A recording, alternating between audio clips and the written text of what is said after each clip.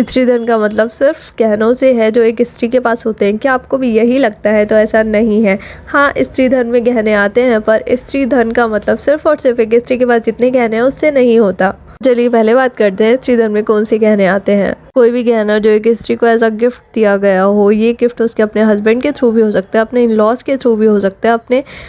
खुद के रिलेटिव्स के थ्रू भी हो सकता है, अपने हस्बैंड के रिलेटिव्स के थ्रू भी हो सकता है, अपने किसी फ्रेंड के थ्रू भी हो सकता है, अपने सिबलिंग्स के थ्रू भी हो सकता है, अपने किसी नॉन के थ्रू भी हो सकता है। किसी भी तरह से उसको गिफ्ट में अगर कोई गहना मिला है, या फिर कोई भी ऐसा गहना जो उसने अपनी कमाई से खुद अर्न किया है, या फिर कोई भी इस तरह का गहना जो उसको किसी रीति रिवाज की वजह से मिला है, वो गिफ्ट उसकी शादी से पहले मिला हो, चाहे शादी के बाद मिला हो, चाहे वो शादी के दौरान मिला हो, वो सब उसके स्त्री धन में इंक्लूड होंगे। गहनों के साथ साथ किसी भी तरह की चल और अचल संपत्ति जो एक स्त्री ने अपनी खुद की कमाई से अर्जित की हो, या फिर किसी भी केस में सेटलमेंट के थ्रू उसको कोई प्रॉपर्टी मिली हो, या फिर किसी केस में पार्टीज़ के बीच में कंप्रोमाइज़ हुआ है और उस वजह से उसको कोई प्रॉपर्टी मिली है, या एक विडो को अपने हस्बैंड के स्टेट में से कोई हिस्सा मिला है, या फिर पार्टीज़ के बीच में मेंटेनेंस का केस चल रहा था और उस मेंटेनेंस के एरियर्स के बिहाफ पे उसको कोई प्रॉपर्टी मिली है, कोई प्रॉपर्टी जो उसको गिफ्ट के थ्रू रिसीव हुई है, या कोई प्रॉपर्टी जो उसको एज एन अवार्ड रिसीव हुई है,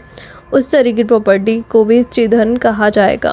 कोई भी ऐसी प्रॉपर्टी जो हस्बैंड और वाइफ के जॉइंट यूज़ के लिए रिसीव हुई है, उस तरह की प्रॉपर्टी को भी स्त्री धन में इंक्लूड किया जाता है। फॉर एग्जांपल कोई कार हो गई, या फिर कोई घर हो गया, या फिर उस घर में होने वाला फर्नीचर हो गया, ये सब स्त्री धन की कैटेगरी में इंक्लूड किए जाएंगे। और इसके साथ साथ कोई भी घर में वैल्यूएबल पेंटिंग हो गई जो दोनों को एज अ गिफ्ट रिसीव हुई है,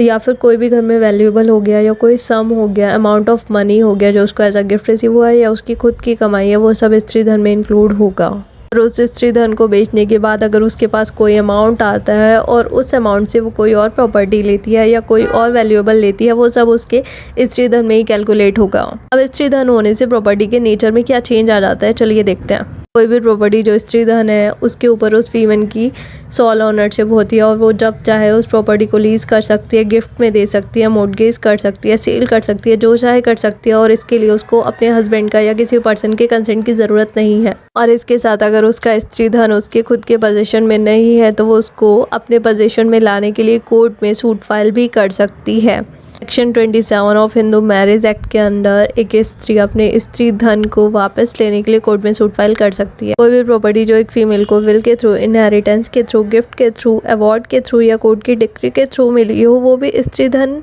में ही इंक्लूड होती है। पर इस तरह की प्रॉपर्टी स्त्री धन में इंक्लूड नहीं होती। जो प्रॉपर्टी एक फीमेल को भले ही गिफ्ट, इनहेरिटेंस, विल, अवार्ड या कोर्ट की डिक्री के थ्रू मिली हो, बट उसको वो property as a sole owner नहीं मिली हो, और उस प्रॉपर्टी में या उस गिफ्ट में उस फीमेल का रेस्ट्रिक्टेड इंटरेस्ट हो, उस तरह की प्रॉपर्टी स्त्री धन में इंक्लूड नहीं होती।